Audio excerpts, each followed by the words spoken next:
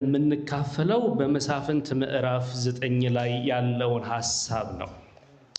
እንቁም እና እንጸልይ። ጌታ እንዲያስተምረን፣ እንዲመክረን፣ እንዲገስጸን፣ እንዲመልሰን ወደ ሐሳቡና ወደ ፍቃዱ መግባት የምንችልበትን ጸጋ እንዲሰጠን ባሪያ ይሰማልና ተናገር በሚል መንፈስ በአምላካችን በእግዚአብሔር ፊት መሆንን እንዲሰጠን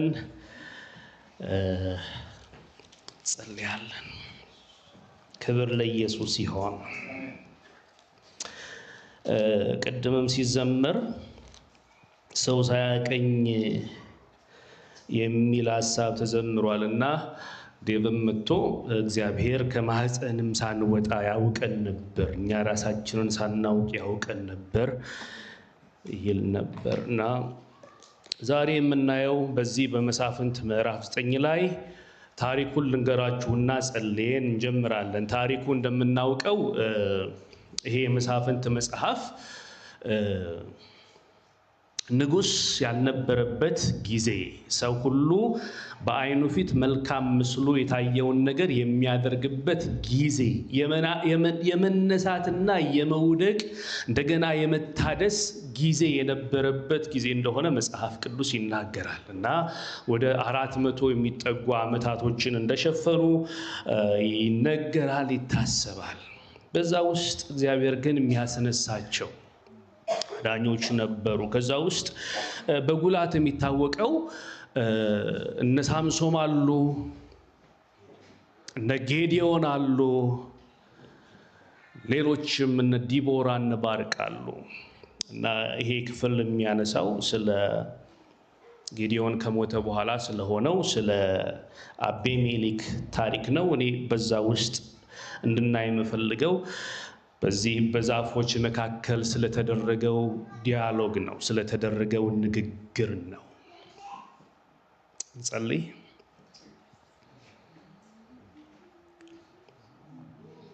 እግዚአብሔር ሆይ ለሁላችን እንድትናገረን፣ እንድታስተምረን፣ ነፍሴን መለሳት ስለ ስሙም በጽድቅ መንገድ መራኝ እንደሚል እንደ ቃልህ ስለ ስምህ በጽድቅ መንገድ መምራት የምትችል የሚረባንን የሚጠቅመንን ነገር የምታስተምረን የተወደድክ ጌታ፣ የሚጠቅመንን የምታውቅ ጌታ አንተ ነህና ይህንን ዘመን ዋጅተህ ቀድሰህ ፈውሰህ እንድትሰጠን በዚህ በምንኖርበት ዘመንና ዓለም ውስጥ ስንኖር ለተፈጠርንበት ዓላማ መኖር የምንችልበትን ጸጋ እንድታበዛልን እንለምንሃለን። ከዚህ ቃል ደግሞ አንተ ተናገረን በጌታ በኢየሱስ ስም። ጌታ የተባረከ ይሆን። የምናገርበት የመልእክት ርዕስ ለተፈጠርንበት ዓላማ መኖር የሚል ይሆናል እና ለተፈጠርንበት ዓላማ ለመኖር እዚህ ቦታ ላይ ያሉትን ነገሮች እናነሳለን። ከዛ በፊት ግን ሁላችን እግዚአብሔር ሲፈጥረን በዓላማ ነው የፈጠረን። በእውነት ቃል አስቦ ወለደን ተብሎ እንደተጻፈ በእውነት ቃል አስበን የተወለድን በአጋጣሚ የመጣን ሰዎች አይደለንም። መጽሐፍ ቅዱስ መነሳት መቀመጤን አወቅ ከሩቅ ጀምሮ ተመለከትክ ስለሚል እግዚአብሔር አስቀድሞ ያወቃቸውን ተብሎ እንደተጻፈ የታወቅን ሰዎች ነን። አጋጣሚ የሚመስል አጋጣሚ ያመጣን ሳይሆን እግዚአብሔር በዓላማ የወለደን በልጁ በኩል የፈጠረን ሰዎች መሆናችንን እንድናስብ የሚያስፈልግ ይመስለኛል።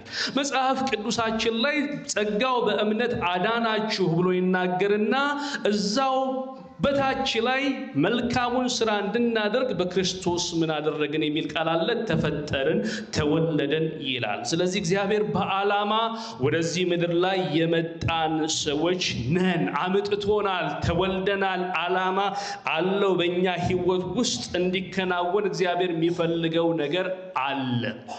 ይህንን ግን የሚፈልገውን የተፈጠርንበትን ዓላማ እንዳናከናውን፣ በተፈጠርንበት ዓላማ ውስጥ እንዳንሄድ ሊያደርጉ የሚችሉ በጣም ብዙ ተግዳሮቶች አሉ። አሉ። በጣም ብዙ ተግዳሮቶች አሉ። መጽሐፍ ቅዱስ ላይ ጌታ ኢየሱስ ሲናገር በዮሐንስ ወንጌል ምዕራፍ 17 ላይ አደርገው ዘንድ የሰጠኸኝን ሥራ ፈጽሜ ምን አደረግኩ ይላል? አከበርኩ። ሰጥተኸኛል ይህንን ሥራ አሁን ፈጽሜዋለሁ፣ አንተ ከብረሃል ይላል። ክብር ለኢየሱስ ይሁን። ግን ይሄ የተሰጠውን ሥራ እንዳይሰራ ሊያደርግ የሚችሉ ተግዳሮቶች ግን ወደ ሕይወቱ መጥተው ነበረ።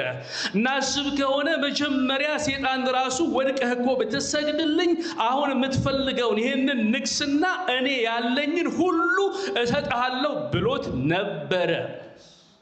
ከተፈጠረበት ዓላማ ከመጣበት ነገር ሊያጎድል የሚችሉ ተግዳሮቶችና ግብዣዎች በሰው ሕይወት ውስጥ ይመጣሉ። አይደለም በእኛ በክርስቶስ ኢየሱስ ሕይወት ውስጥ መጥተው ነበር። የሰው ልጅ ነፍሱን ሊሰጥ ብዙዎችን ሊያገለግል ነፍሱን ለብዙዎች ቤዛ ሊሰጥ መጥቷል እንጂ ሊገለገል አልመጣም ብሎ የተናገረው እሱ ነው። የመጣበት ዓላማ እሱ ነው። ከመጣበት ዓላማ ውስጥ ግን አንድ ቀን እሞታለሁ ብሎ ሲናገር ጴጥሮስ ይላል ወሰደውና ጌታ ኢየሱስን ይሄ አይሆንብህ፣ አይድረስብህ፣ እንዴት ትሞታለህ ብሎ ሊገስጸው ጀመር የሚል እግዚአብሔር ቃል አለ። ከመጣበት ከትልቁ ዓላማ ሊያጎድል የሚችል ማንነት ሩቅ ብቻ አይደለም፣ በሰይጣን ብቻ አይደለም፣ አብረውን ባለ ሰው ሊሆን እንደሚችል መታወቅ አለበት። ይሄ ሰው ብፁዕ ነህ የተባለ ሰው ነው። ይሄ ሰው ስጋና ደም አልገለጠልም የተባለ ሰው ነው። እሱ ብቻ ሳይሆን ደግሞ አንተ ሰይጣን ወደዚያ ሂድ የተባለ ሰው ነው። ዛሬ ይህንን ቃል እንድናስብ እፈልጋለሁ። ከተፈጠርንበት ዓላማ ከተጠራንበት ጥሪ ሊያጎድለን የሚችል ምንም ይሁን ምንም እምቢ የማለት አቅም እግዚአብሔር ለሁላችን ይስጠን።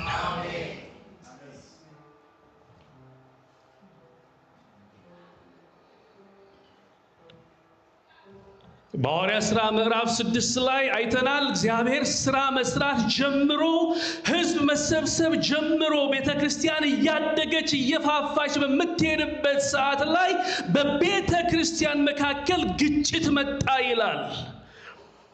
አድሎ መጣ ይልና መጽሐፍ ቅዱስ ያንን የተጠሩበትን ዓላማ የተፈጠሩበትን ዓላማ ሊያስጎድላቸው የሚችል ነገር ነው የመጣው። ትንሽ የሚባል ነገር የለም ችግር እስካለ ድረስ ሰብስበዋቸው እንዲህ በማዕድ እንበደላለን፣ አድሎ በመካከላችን አለ ሲባል እነዚህ ሰዎች ያስተዋሉት አንድ ነገር ነው። ከተጠራንበት ጥሪ ጎድለን ማዕድን እናገለግል ዘንድ እንደሚገባ አትቁጠሩ አሉ። ለዚህ ነው አንዳንድ ችግሮች ማስተዋል የሚጠይቁት። ከተጠራሁበት ዓላማ እግዚአብሔር ከሰጠኝ አደራ ያጎለኛል ወይ ሳያጎለኝም ብለን ማሰብ የሚጠይቁ ብዙ ነገሮች አሉ።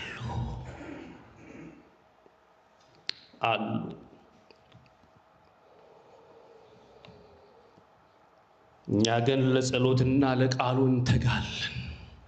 በቤተ ክርስቲያን ውስጥ መካከል ያለውን ችግር ለመፍታት የሚደረጉ ንግግሮች እንኳን ሳይቀሩ ለካ ከተጠራንበት ዓላማ ሊያጎሉን ይችላሉ ማለት ነው፣ እስካላስተዋለን ድረስ።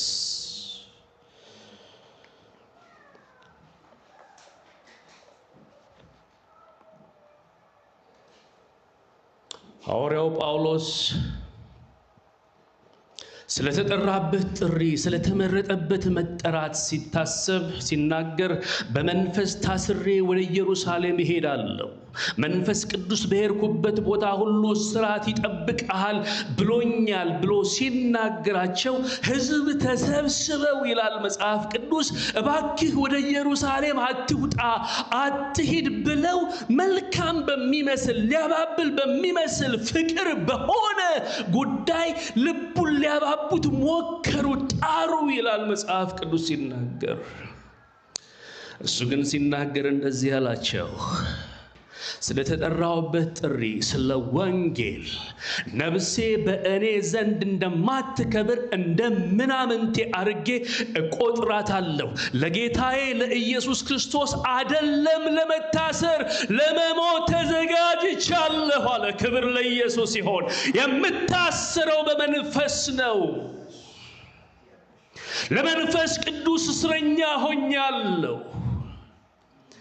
ወደ ወደደው ቦታ እንዲወስድ ራሴን ለቅቄለታለሁ፣ ሰጥቼዋለሁ አለ። ጌታ የተባረከ ይሁን። ለተፈጠረበት ዓላማ ለመኖር የቆረጠ ሰው ነበር።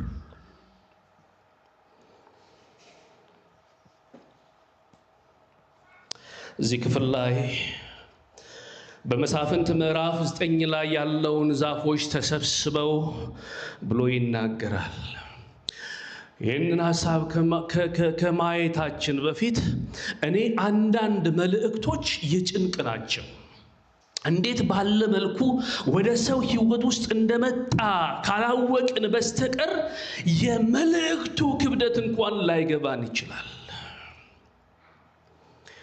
ይህ ሰው ትንሹ ሰው ነው። የተረፈ አቤሜሌክ የሚባል የጌዲዮን ልጅ 70 የሚባሉ ወንድሞቹን ስለ ንግስና፣ ስለ ከፍታ፣ ስለ መውረስ፣ ስለ ማግኘትና ስለ መጨበጥ በአንድ ድንጋይ ላይ ወስዶ አረዳቸው ይላል። እግዚአብሔር መቼም ምሕረት ያርግልን። ሰው ለራሱ ከሆነለት የጠፋው ቢጠፋ ምንም የማይመስላቸው ሰዎች የበዙበት ጊዜ ነው።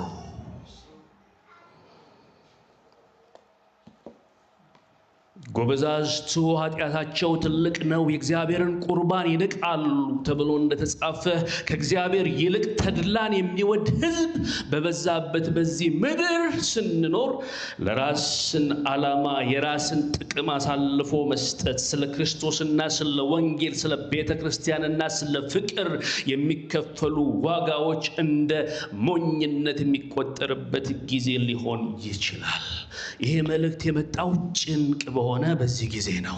አንድ የተረፈ ሰው ወንድሞቹን በወንድሙ ያጣ ሰው መጽሐፍ ቅዱስ ሲናገር ስለው ከወንድሙ ሸሽቶ ሄደ ይላል።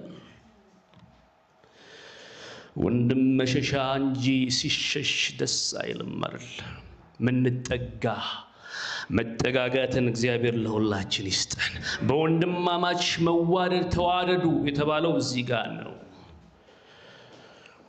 መጽሐፍ ቅዱስ እንደዚህ ባለ ጭንቅ ነው ይሄ መልእክት የመጣው። አንዳንድ መልእክቶች የጭንቅ ናቸው። ስለሱ የሚነገር ብዙ አለን አለ የዕብራውያን ጸሐፊ ሲናገር። የሚነገርለት ብዙ አለን፣ ግን ለመግለጥ ጭንቅ ነው ብሎ ይናገራል። እና ይህንን መልእክት ስናስብ መልእክቱ የመጣው እንደዚህ ባለ የጭንቅ ጊዜ ነው። እግዚአብሔር እንዲሰማችሁ ስሙኝ ብሎ በጭንቅ በተራራ መካከል ድላቸውን ለማብሰር የአንዳንድ ሰዎች ድል በሰው ሞት ላይ ነው፣ በሰው ደም ላይ ነው፣ በሰው ላብ ላይ ነው፣ በሰው እንባ ላይ ነው። እግዚአብሔር ስለ ደም፣ ስለ እንባና ስለ ላብ ዝም አይልም ይላል።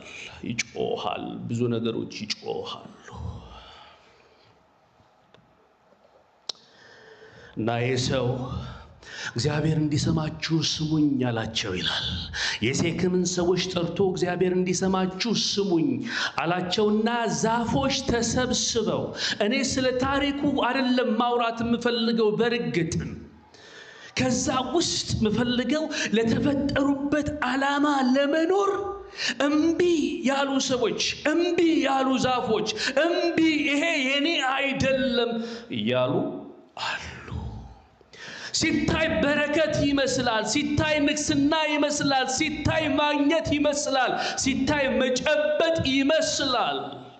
መጽሐፍ ቅዱስ ላይ ሲናገር እግዚአብሔር እንዲሰማችሁ ባካችሁ ስሙኝ፣ ተሰብሰቡ አላቸው ይላል። ዛፎች ተሰብስበው ንጉሥ ፈልገው ስሙኝ፣ እግዚአብሔር እንዲሰማችሁ ስሙኝ። ንጉሥ ተሰብስበው ዛፎች ተሰበሰቡና ንጉሥ ፈለጉ።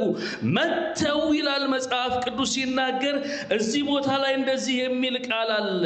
ይህ ነገር ለዮታም በነገሩት ጊዜ ቁጥር 7 ላይ ሂዶ በግሪዛን ተራራ ላይ ራስ ላይ ቆመ፣ ድምፁን አሰምቶ ጮኸ፣ እንዲህ አላቸው፣ የሴኬም ሰዎች ሆይ እግዚአብሔር እንዲሰማችሁ ስሙኝ አላቸው ይላል።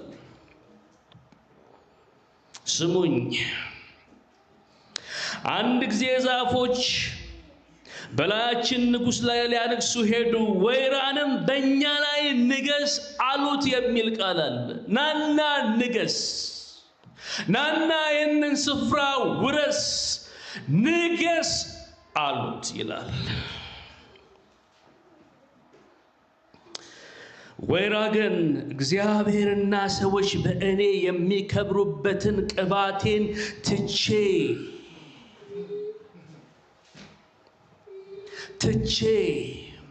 የተፈጠርኩበት ይሄ ነው። እግዚአብሔር የሚከብርበት ነገር አለ ኔጋ፣ ሰዎች የሚጠቀሙበት ነገር አለ ኔጋ። ይሄንን አሁን የመጣው ግብዣ፣ አሁን የመጣው ንግስና፣ አሁን የመጣው ጥሪ ከተፈጠርኩበት፣ ከተለየሁበት፣ ከተሰራሁበት ዓላማ የሚያጎድለኝ ነው አለ። ስለዚህ ይሄንን ትቼ ክብር ለኢየሱስ ይሆን። በዛፎች ላይማ ለመንገስ አልሄደም። ያጎድለኛል፣ ያጎድለኛል፣ ያጎድለኛል።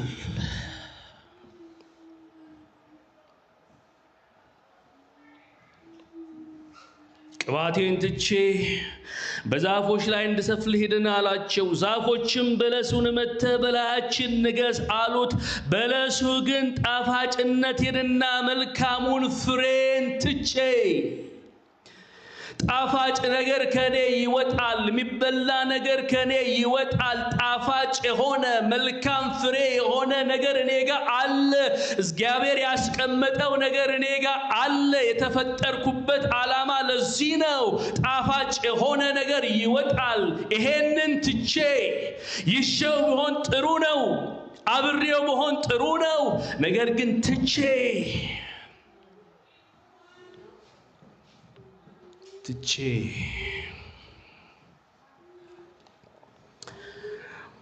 ጣፋጭነቴንና መልካሙን ፍሬን ትቼ በዛፎች ላይ እንድሰፍር ልሂድ ወይ አላቸው። ዛፎችም ወይኑን መጥተህ በላያችን ንገስ አሉት። ወይኑም እግዚአብሔርና ሰው በእኔ ደስ የሚሰኝበትን የወይን ጠጄን ትቼ በዛፎች ላይ እንድነግስ ልምጣ ወይ አላቸው የሚል የመጣላቸውን ግብዣ፣ መልካም አጋጣሚ የመሰለውን አጋጣሚ እሺ ሲሉ አንመለከትም። ለምን? የተፈጠሩበት ዓላማ አለ፣ የተሰሩለት ዓላማ አለ፣ የተጠሩበት ጥሪ አለ። የሚያደርጉትን ሁሉ የሚያደርጉት ከተሰሩበት ከተጠሩለት ዓላማ አንጻር ነው። የሚያስተወኝን እምቢ አሉ ይላል።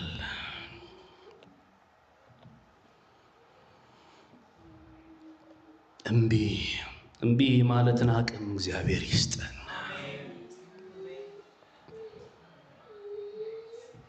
የተፈጠርንበት ዓላማ፣ ሰው የተፈጠርንበትን ዓላማ እንዴት አውቃለሁ የሚል ጥያቄ በሰው ሕይወት ውስጥ ሊኖር ይችል ይሆናል። መጽሐፍ ቅዱስ ወደ እውነት ሁሉ የሚመራ መንፈስ፣ የሚረባንን የሚያውቅልን የሚነግረን ጌታ አለ። እሱ ብቻ አይደለም፣ ፍሬያማዎች ነን ወይ? በመናደርገው ነገር ፍሬ አለን ወይ? ሰውና እግዚአብሔር ይደሰታል ወይ? ይከብራል ወይ? ማድረግ ስለፈለኩት የማደርገው ሳይሆን ስለተጠራሁበት ስለተፈጠርኩበት በማደርግበትና በመሰራበት ጊዜ ውስጥ የሚኮሰኩሰኝ ሰዎችን የሚኮሰኩስ ነገር ሳይሆን ለጥቅም የሚሆን ነገር አለው። እዛ ቦታ ላይ ወደ ታች ወርደን ካየን የተናገረው ለመንገስ የመጣውን አጋጣሚ ሁሉ ለመጠቀም የፈለገው ሰው ማን ነው ካልን እሾህ ይባላል። እሾህ ደግሞ መጽሐፍ ቅዱስ ሲናገር ምድር ካንተ የተነሳ የተረገመች ትሁን ተብሎ በሰው ሕይወት ውስጥ ያልተፈለገ ምናወራው ስለ ዛፎች ሳይሆን ስለ ሰው ልጆች ሕይወትና ታሪክ ነው። ለዚህ ነው መጽሐፍ ቅዱስ ፍሬው መልካም ከሆነ መልካም ነው፣ ፍሬው መራራ ከሆነ መራራ ነው፣ የኔ የሆኑ ሰዎች የሚታወቁት በፍሬያቸው ነው ብሏል ጌታ ኢየሱስ። መራራና ጣፋጭ ሊሆን ስለማይችል ከወይኑ ግንድ ጋር የተጣበቀ ሰው ሊያፈራው የሚችለው ፍሬ ያንኑ ስለሆነ ለዚህ ነው ከፍሬያቸው ምን ታረጋላችሁ ታውቃላችሁ ያለው። ፈለጋችሁ አላቸው አይደል? ፈለጋችሁ ነው በእውነት ፈልጋ እሱ እንዲያውም አልጠበቀም። ወደ ታች ወርደን ካየን አልጠበቀም። እናንተ ናችሁ የፈለጋችሁት ነው። ከፈለጋችሁ ከጥላዬ በታች እሾህ ምን ጥላ አለው የሚያስጠጋ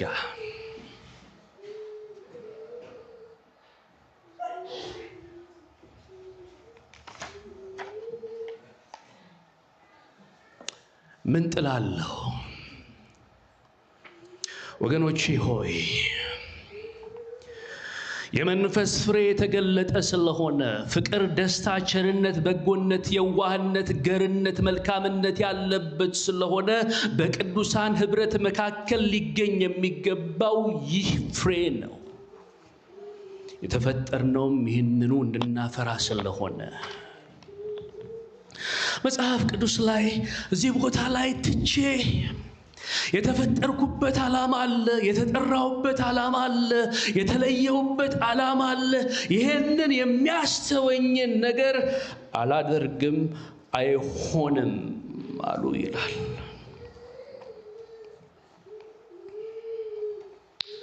እነዚህ የተፈጠሩበትን ዓላማ ለመፈጸም ራሳቸውን የሰጡ ሰዎች የመጀመሪያው ነገር የተፈጠሩበትን ዓላማ ያውቃሉ፣ ይረዳሉ። ይሄ የኔ አይደለም፣ ይሄ የኔ ጥሪ አይደለም ይላሉ። ይሄ የኔ አይደለም። ክብር ለኢየሱስ ይሁን። እነዚህ ወይራ ወይንና በለስ እግዚአብሔርና ሰውን ለእግዚአብሔርና ለሰው ሰውንና እግዚአብሔርን ያማከለ ነው። አገልግሎታቸው፣ ጥሪያቸው ከራሳቸው ማንነት ከራሳቸው ትርፍ አይደለም። ለራሳቸው ዝና አይደለም። አንተ ዝናን ትፈልጋለህ፣ ለራስህ ትፈልጋለህ የተባለው ባሮክን አስባችሁታል? አንተ አትፈልገው ተብሏል። አንዳንድ ነገሮች የማይፈለጉ ናቸው። የምትለምኑት አታውቁም እንደተባሉት ማለት ነው። ሁላችንም ለተፈጠርንበት ዓላማ መኖር የምንችልበትን ጸጋ እግዚአብሔር ይስጠን። ሰውና እግዚአብሔር እነሱ ተጠቀሙ አይደለም፣ እነሱ ይጠቅማቸዋል አይጠቅማቸውም ብዙ ጉዳያቸው አይደለም። የመስጠት በሰው ሕይወት ውስጥ ያለውን ነገር ሊፍታፕ ለማድረግ እንደተሾሙ ያውቁታል። የተጠሩበትን እውነት ይረዱታል። ከዚህ የተነሳ የነሱ ባሉበት ቦታ የነገሱ ናቸው። ሌላ ስፍራ የሚፈልጉ የክብርን ቦታ የሚጠሙና የሚፈልጉ አይደሉም። ጻፍትና ፈሪሳውያን የከበረ ስፍራን ይፈልጋሉ፣ በሰው መወደስ ይፈልጋሉ ተብሎ ተጽፏል። ከሰው ከእግዚአብሔር ክብር ይልቅ የሰውን የሚፈልጉ ብዙ ስለሆኑ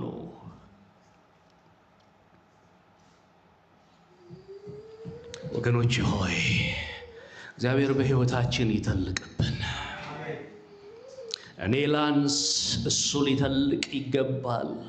በመካከላችን የቆመው እኔ የጥፍሩን የጫማውን ጠፍር መፍታት የማይገባኝ ሰው ነኝ ብሏል ዮሐንስ። አንዳንድ ጊዜ ሰውን ከእግዚአብሔር ጋር ሰዎች ያወዳድራሉ። ለተፈጠርንበት ዓላማ የሚያጎሉን በጣም ብዙ ነገሮች አሉ። እግዚአብሔር ቆመን እንድናስብ አገልግሎት ሊሆን ይችላል። ቅድም እንዳልኩት ምንም ሊሆን ይችላል፣ ማንምም ሊሆን ይችላል። ግን ተፈጥሬለታለሁ ወይ? ሰው ይታነጽበታል ወይ? ፍሬ አለው ወይ ብለን እንድንጠይቅ ያስፈልጋል። እነዚህ ሰዎች እንቢ አሉ ይላል። እንቢ ሙሴ የፈርዖን የልጅ ልጅ እንዳይባል በእምነት እንቢ አለ። ሲታይ ንግስና ነው፣ ሲታይ አልጋ ወራሽነት ነው፣ ሲታይ የጊዜው ነው። በኔ ጊዜ ያሉ ሰዎች እኮ አሉ። በኔ ጊዜ ሰላም ይሆን ደስታ ይሆን እንጂ ከሄድኩኝ በኋላ እንደፈለጉ እግዚአብሔር ያድርግ ብለው የተናገሩ የማይጠበቁ ሰዎች አሉ። ከእግዚአብሔር ይልቅ ራሳቸውን ያስቀደሙ የኤሊ ልጆች እንደዛ ነበሩ። ተው፣ ቀስ በል፣ ጠብቅ፣ ያንተው ነው ሲባል ይወፍሩ ዘንድ ከመሰዊያው ላይ የሚወስዱ የእግዚአብሔርን ቁርባን የሚንቁ እግዚአብሔር አገልጋዮች ተብለው የተጠሩ ከተፈጠሩበት ዓላማ ሊያጎላቸው የሚችለውን ነገር ለማድረግ የማይሳሱ ሰዎች ነበሩ። ነጊያዝን አይተናል። እግዚአብሔር ቃል ሲናገር ከኤልያስ በኋላ ኤልሳ እንደተተካ ከኤልሳ በኋላ ሊተካበት የሚችል የከበረ አገልግሎት የተጠራበት ጥሪ እያለ የወረሰው ነገር ቢኖር የንዕማንን ለምጽ ነበር። እምቢ ማለት ትቶ ማለት ነው። ባለፈው የዛሬ 15 ቀን የተሰበከልን ስብከት አለ አይደል? የንጉሥ ልጅ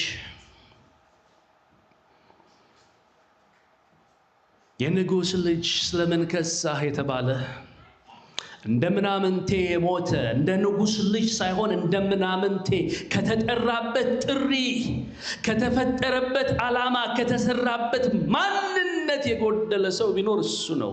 መጽሐፍ ቅዱስ ሲናገር የለመኑትን ሰጣቸው፣ በጥርሳቸው በገባ ጊዜ ግን ነፍሳቸው ከሳች ይላል። ሰጥቶ በልተን ከምንሞትበት አግኝተን ከምንጠፋበት ሕይወት እግዚአብሔር ሁላችንን ይጠብቀን። አሜን። ለዚህ ነው ጌታ ኢየሱስ ሲናገር ስለ ወንጌልና ስለ እኔ ሌላውን አይደለም፣ እናቱን አይደለም፣ አባቱን አይደለም፣ የራሱን ነፍስ እንኳን ሳይቀር የማይተው ለኔ ሊሆን አይገባም። እስከዚህ ድረስ ነው ጥሪው፣ እስከዚህ ድረስ ነው ፍለጋው። ሁሉን ትቶ ለኛ የመጣ ጌታ አለ።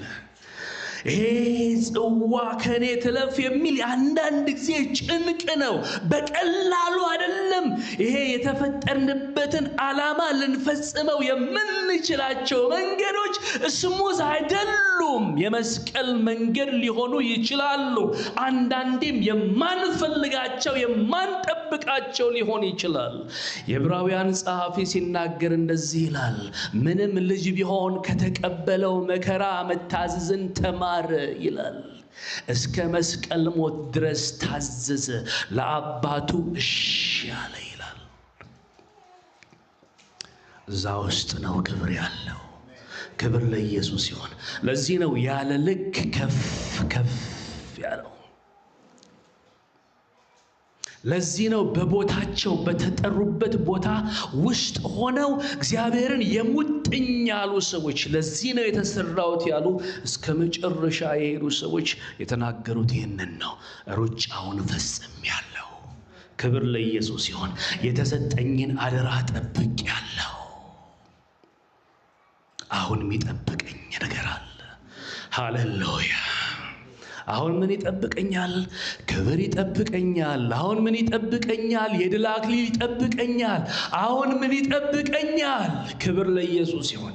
እንዲሁ ሳይሆን ግን የተፈጠረበትን ዓላማ ሲናገር ከእናቴ ማህፀን ጀምሮ የተፈጠርኩበት ጥሪ ይሄ ነው። ሳላቅ ሂጄ ነበር። ሳላቅ ያደረግኩት ኃጢአት ነበር። አጌንስት ነበርኩኝ አለ መጽሐፍ ቅዱስ ሲናገር።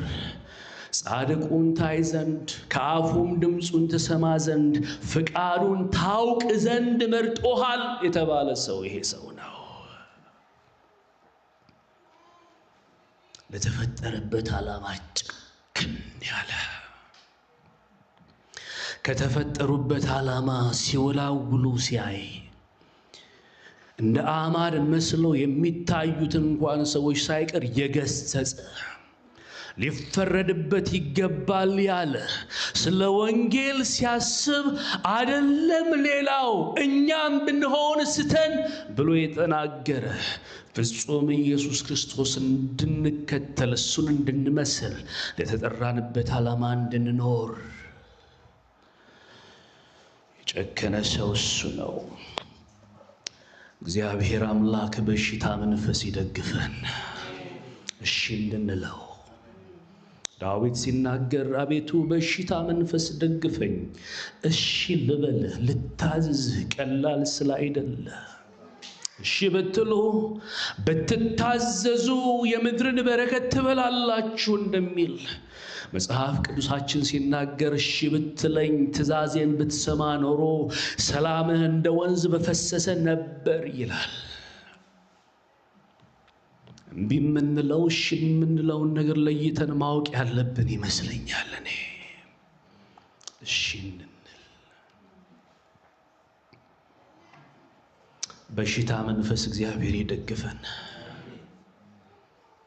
የጊዜው ነገር የማያባብለን፣ የመጣውን እድል ለመጠቀም የማናሰፈስብ፣ ከራስ ጥቅም ይልቅ የመለኮት አጀንዳ ግድ የሚለው ማንነት እግዚአብሔር ይስጠን። በንጉሱ መብል እንዳይረክሱ እምቢ ያሉ ሰዎች እድሉ እኮ መጥቶላቸዋል። ማንም የሚመኘው እድል ሁሉ የሚፈልገው ቢያገኘው ደስ የሚሰኝበት እድል ነው እሱ። እኛ ያልተሰጠንን ክብር የሚያጎልንን ነገር ስንመኝ የተሰጣቸው ከክብር እንደሚያጎላቸው ሲያስቡ እንዳይረክሱ በልባቸው አስቡ። የንጉሥ መብል ነው እምቢ አሉ። ጥቅም ነው እምቢ አሉ። ደስታ ነው እምቢ አሉ ይላል። ለዚህ ነው መጽሐፍ ቅዱስ ሲናገር ስጋዊውን ነገር ራስን ማስለመድ ለጥቂት ጊዜ ይጠቅማል። አቤሜሌክ የሚፈልገውን ነገር አድርጎ የነገሰው ለ2 ዓመት ነው። እንዲህ ባይሆን አለ፣ እንዲህ ባይሆን እሳት ከእሾህ ይውጣ፣ የሊባኖስን ዝግባ ይብላ፣ ከሊባኖስ ዝግባ ይውጣ፣ ይህንን እሾህ ይብላ ብሎ ተናግሯል። እውነተኛ ተድላና ሰላም ያለው በዚህ ሕይወት ውስጥ ነው። ለዚህ ነው መጽሐፍ ቅዱስ ያለ እግዚአብሔር ፍቃድ የበላ ደስም ብሎ ተድላን የቀመሰ ማን ነው ያለው ሰው ሁሉን አየው ያለው ሰው ነው። ሁሉን ጨበጥኩ ያለ ሰው ነው። እውነተኛ ተድላ ያለው እዚህ ውስጥ ነው። ሰው ለተፈጠረበት ዓላማ፣ ለተጠራበት ጥሪ፣ ለተለየበት መለየት መኖር የሚችልበትን አቅም ጸጋን ከእግዚአብሔር ሲለምን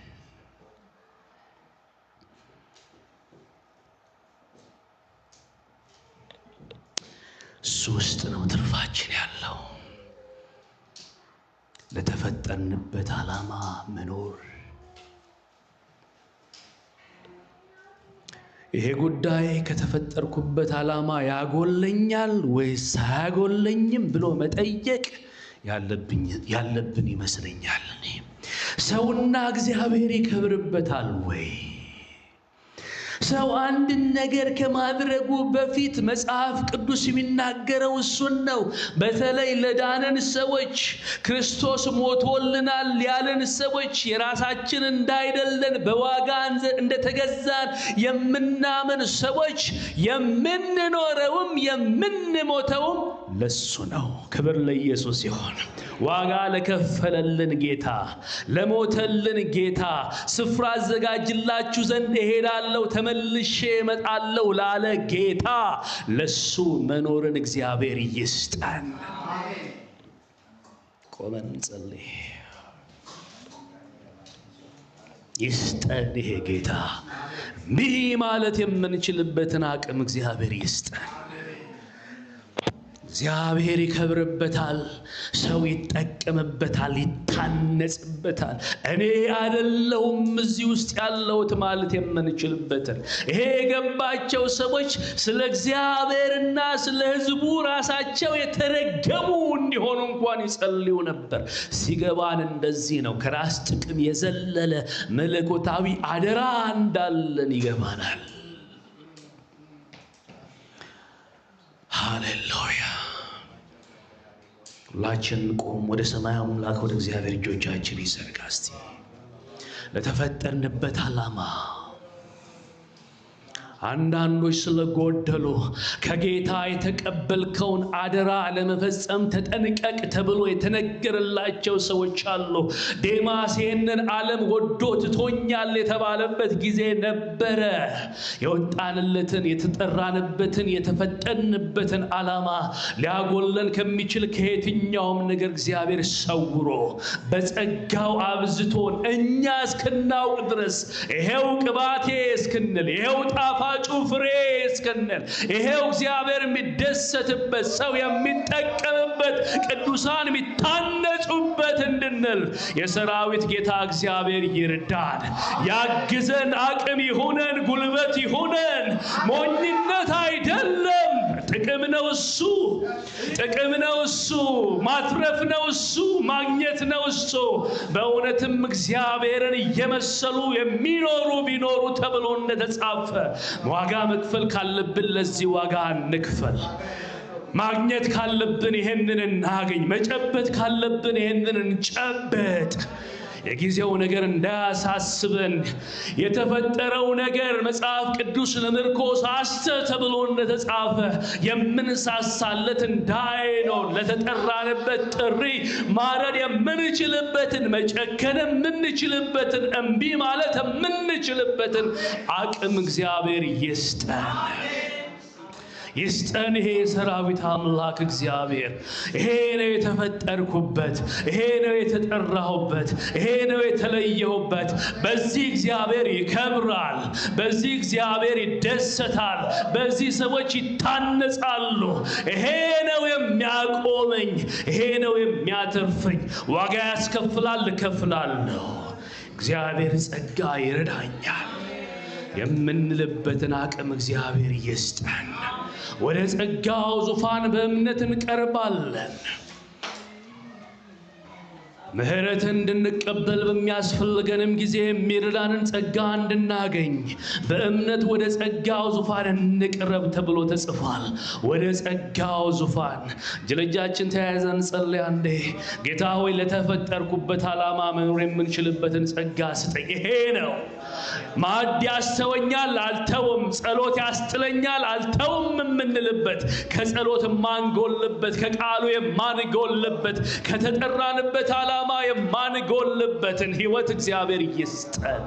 የተፈጠንበትን ዓላማ አውቀን ተረድተን ሃሌሉያ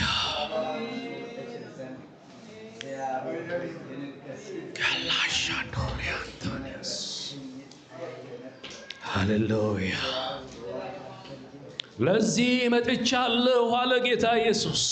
አባቴ ለዚህ መጥቻለሁ፣ ፍቃድህን ላደርግ መጥቻለሁ፣ ሐሳብህን ላደርግ መጥቻለሁ፣ የራስህን ፍቃድ ላደርግ መጥቻለሁ። ለዚህ ነው የምንጸልየው፣ ፍቃድህ በሰማይ እንደሆነች በምድር ትሁን የምንለው ለዚህ ነው። የእግዚአብሔር ፍቃድ በቤታችን ትሆን፣ በሕይወታችን ላይ ትሆን፣ በአገልግሎታችን ላይ ይሆን፣ በመውጣት በመግባታችን ላይ ይሆን። ይሄ ፍቃዱ ያገኘን፣ ከዚህ ፍቃድ እንዳንጎድል የሰራዊት ጌታ ቅዱስ እግዚአብሔር ይጠብቀን። ለዚህ ነው የተፈጠርኩት የምንልበትን አቅም እግዚአብሔር ያብዛልን። ሰው ይከብርበታል፣ እግዚአብሔር ይጠቀምበታል የምንልበትን አቅም እግዚአብሔር ይስጠን።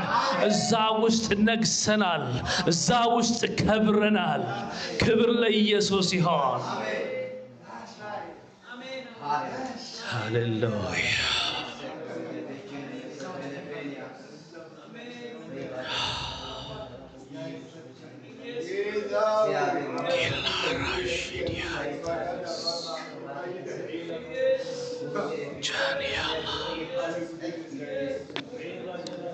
ለያዝነው ሰው ለራሳችን እንጸልይ። ጌታ ሆይ ከሚያስጥለን ጠብቀን። ስጦታ እምቢ፣ አንዳንዴ አገልግሎትም እምቢ። ሃሌሉያ። ያጎለኛል እምቢ፣ ከዚህ ያስጥለኛል እምቢ የምንልበትን አቅም እግዚአብሔር ይስጠን፣ እግዚአብሔር ይስጠን። ሹመት ነው እምቢ የምንልበት፣ ግብዣ ነው እምቢ የምንልበትን አቅም እግዚአብሔር ይስጠን። ለዚህ ነው የተፈጠርኩት እንድንል፣ ለዚህ ነው የተጠራሁት እንድንል።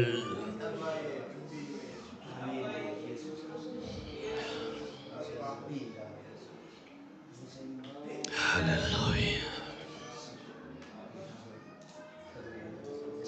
እሺ ልበል። በሽታ መንፈስ ደግፈኝ ልታዘዝ።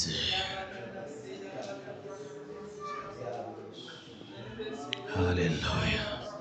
በጊዜውም አለጊዜውም በቃል ጸንቼ ቆሜ ፍቃድህን ላደርግሻለሁ ሩጫዬን ፈጽሜ። ስለዚህ ፍቃድ ሆነልኝ ውድ አባቴ፣ በሰላም በጤና አደርሰኝ ከቤቴ። ክብር ለኢየሱስ ይሁን። እጅ ነሳ ወደ ሰማይ አምላክ እንዳይ ተስማምተን እንጸልይ። እንቢ ማለት የምንችልበትን አቅም እግዚአብሔር ይስጠን። ለሱ እሺ እንድንል፣ እስከ መስቀል ሞት እሺ እንድንል፣ እንደ የልጁን ፈለግ እንድንከተል ጌታ ይርዳን። ፈልጋለሁ አለ፣ ፈልጋለሁ፣ በሞቱ ልመስለው ፈልጋለሁ፣ መኛለሁ አለ ሐዋርያው ጳውሎስ ሲናገር።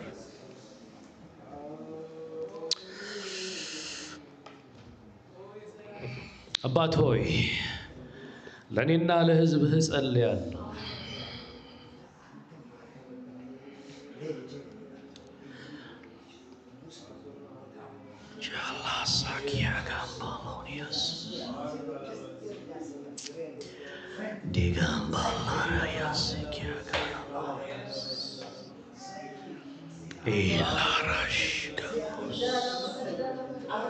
ዲቫንታኒያ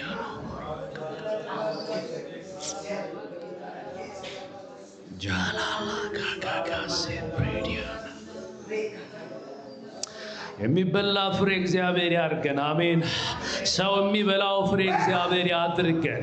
ሰው የሚጠቀምበት የሚታነጽበት። ክብር ለኢየሱስ ይሁን። እሾሃማ የሆነ ባህሪያችንን እግዚአብሔር ይውሰድልን፣ ይንቀልልን። የማያስጠጋ ማንነት ከኛ ሕይወት ይነሳ፣ በጌታ በኢየሱስ ስም ይነሳ። እሾሃቸው ብትር ሆኖ ተቀየረ ተብሎ እንደተጻፈ የትኛውም የማይመች ለሥራ የማይመች ለወንጌል የማይመች የተጠራንበት ነገር የማይመች የኛ የሆነ የሥጋ የሆነ የምድር የሆነ ነገር ከሕይወታችን ይነሳ፣ በጌታ በኢየሱስ ስም ይነሳ፣ በጌታ በኢየሱስ ስም ይነሳ፣ በናዝሬቱ ጌታ በኢየሱስ ስም ይነሳ፣ ይነሳ።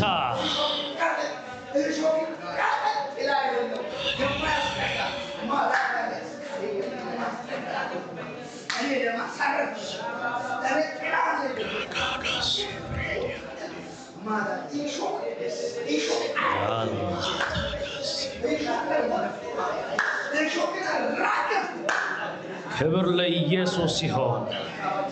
ኢየሱስ ክርስቶስ ጌታ ነው።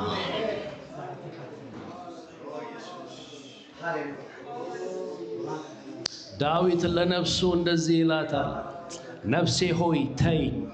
እጆች እነሱ ሃሌሉያ። አስፈላጊ ከሆነ ነፍሳችን ትተወን፣ የምታስጨንቀን ነፍሳችን ትተወን፣ እውቀትን የምትነግረን ነፍሳችን ትተወን። ተይኝ ነፍሴ ተይኝ፣ ተይኝ ነፍሴ ተይኝ፣ አታስጨንቅኝ። ልዑሉን ልባርክበት፣ የተፈጠርኩበትን ዓላማ ላድርግበት። ተይኝ ነፍሴ፣ ነፍሴ ተይኝ። አጥንቶቼ በርቱ፣ ሥጋዬ በርታ፣ እግዚአብሔርን አክብረው ተብሎ እንደተጻፈ ይተወን፣ ይልቀቀን። ክብር ለኢየሱስ ይሁን። ሥጋችን ይልቀቀን፣ ነፍሳችን ትልቀቀን። ለእሱ ልንኖርበት የምንችልበት ጸጋ እግዚአብሔር ይስጠን። ሐዋርያው ጳውሎስ እንደዚህ አለ፣ እኔ ለዓለም ተሰቅያለሁ፣ ዓለምም ለእኔ ተሰቅላለች። አሁን የሚያደክመኝ ነገር አይኖር አለ። አልቀበልም የዓለምን ነገር አትገባም አለ። ተሰቅያለሁ። ክብር ለኢየሱስ ይሁን። ነፍሳችን እግዚአብሔር ከነፍሳችን ፍቃድ ያላቀን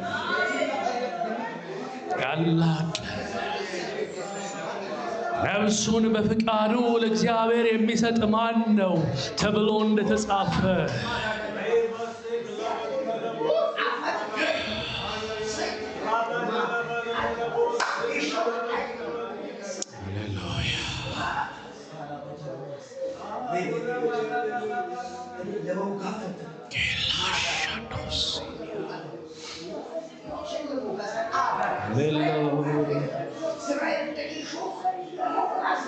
Jesus. Jesus. Jesus.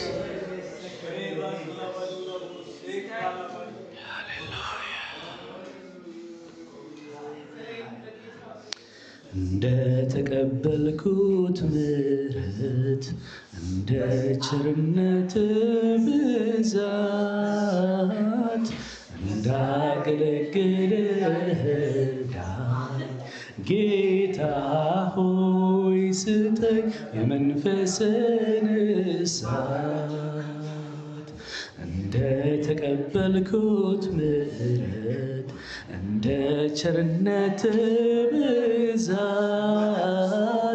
እንዳገለግልህ እርዳኝ።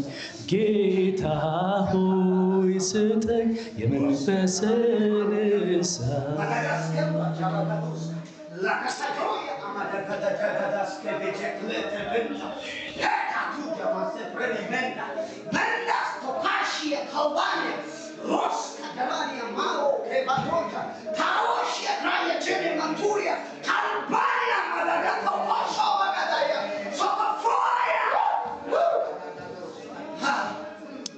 ክብር ለኢየሱስ ይሁን።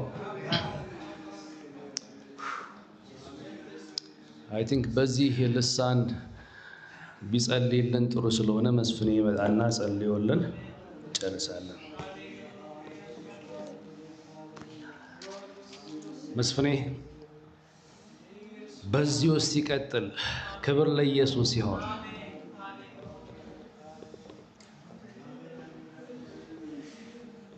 ሃሌሉያ! ኢየሱስ ያድናል። ሃሌሉያ! ዛሬ እግዚአብሔር ተናግሮናል። በእውነት ተናግሮናል። የተፈጠርንበትን ዓላማ እንድንኖር ዘንድ እግዚአብሔር ዛሬ በቃሉ ተናግሮናል። ሃሌሉያ! እግዚአብሔር አምላካችንና መድኃኒታችን ሆይ በመጣልን በዚህ ቃል ጌታ ሆይ መኖር እንድንችል በመጣልን በዚህ ቃል ስር ሰደን እግዚአብሔር ሆይ አንተ የምትከብርበትን ፍሬ ማፍራት እንድንችል እግዚአብሔር እንድትረዳን እንጸልያለን። በክርስቶስ ስር ሰዳችሁ ኑሩ ተብሎ እንደተጻፈ እግዚአብሔር የተፈጠርንበት ዓላማ ራሳችንን እግዚአብሔር ሆይ ከፍ ከፍ ለማድረግ ሳይሆን ኢሜጃችንን ለመገንባት ሳይሆን እግዚአብሔር የተፈጠርንበት ዓላማ ኢየሱስ ክርስቶስን አንተን የተሰቀለውን አንተን በሕይወታችን ለማድመቅ ነው። እግዚአብሔር ሆይ በጌታ በኢየሱስ ክርስቶስ ስም እንጸልያለን። ማንነታችን ባንተ ማንነት ድብቅ ብሎ ያንተ ማንነት በማንነታችን ያንተ ማንነት በሕይወታችን ድምቅ እንድል እንጸልያለን። ድምቅ ይበል። ሌላ ድምቅ አይበልብን። እግዚአብሔር ሆይ ሌላ ድምቅ አይበልብን። ጌታ ማንነታችን ድምቅ አይበልብን። እግዚአብሔር ሆይ በኢየሱስ ክርስቶስ ስም ያንተ ማንነት ያንተ ስም ይድመቅብን። እግዚአብሔር ሆይ ይድመቅብን። ሐዋርያው ጳውሎስ ሲናገር የክርስቶስ ልብ አለን አለ። እግዚአብሔር የክርስቶስ ልብ አለን። ምን አይነት ልብ? የሚራራ ልብ፣ የሚራራ ልብ፣ ቸርነት ያለበት ልብ፣ ተንኮል የሌለበት ልብ በቀራንዮ መስቀል ላይ ተሰቅሎ የሚያላግጡበትን ይቅር የሚል ይቅር የሚያሰኝ ልብ፣ ያ ልብ ተሰጥቶናል። ካንተ የተካፈልነው ያ ነው። እግዚአብሔር ሆይ ያንን ሕይወት ማንጸባረቅ የምንችልበትን ሕይወት እንድታበዛልን ጣፋጩን ፍሬ እንድናፈራ ዘንድ ነው ተፈጠርን። እግዚአብሔር ሆይ እንድናስጠጋን፣ ትውልድ እንድናስጠጋን፣ የተቸገሩት እንድናስጠጋ ነው፣ ያዘኑት እንድናስጠጋ ነው፣ ጣፋጩን ፍሬ እንድናፈራ ዘንድ ነው። እንደ ኢሾክ እንድንወጋ አይደለም ተፈጠርን። እግዚአብሔር ሆይ በኢየሱስ ስም እርዳን።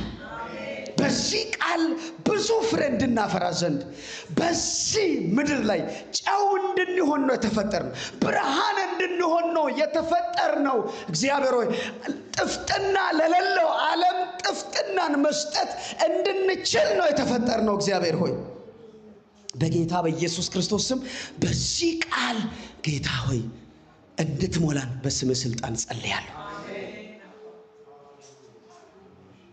እግዚአብሔር ሆይ ይህንን ቃል እግዚአብሔር ሆይ ለእኛ ለማፍሰስ የተጠቀምከውን ባሪያዬን ጌታ ሆይ ከዚህ በላይ ጌታ ሆይ ዕለት ዕለት በመለኮታዊ ጥበብና መገለጥ እግዚአብሔር እንድትባርከው በኢየሱስ ስም እንጸልይለታለን።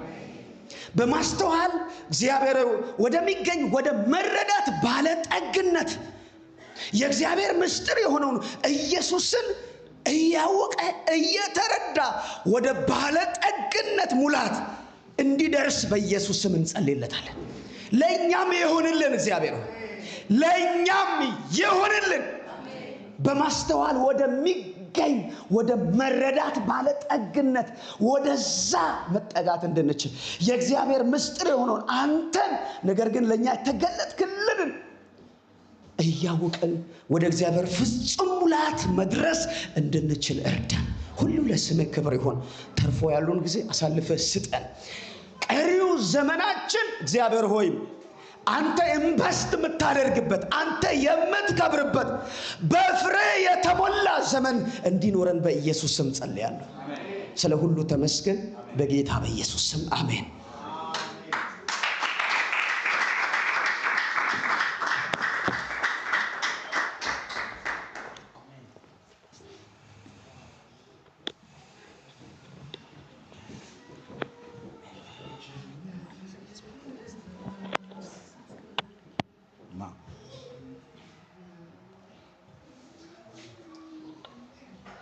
ጌታ ኢየሱስ አብስቶ ይባርካችሁ። ተባረኩ። ያገለገላችሁን ቅዱሳን ጸጋ ይብዛላችሁ፣ ይጨምርላችሁ። ከዚህ በላይ እግዚአብሔር አብዝቶ ይጠቀማል።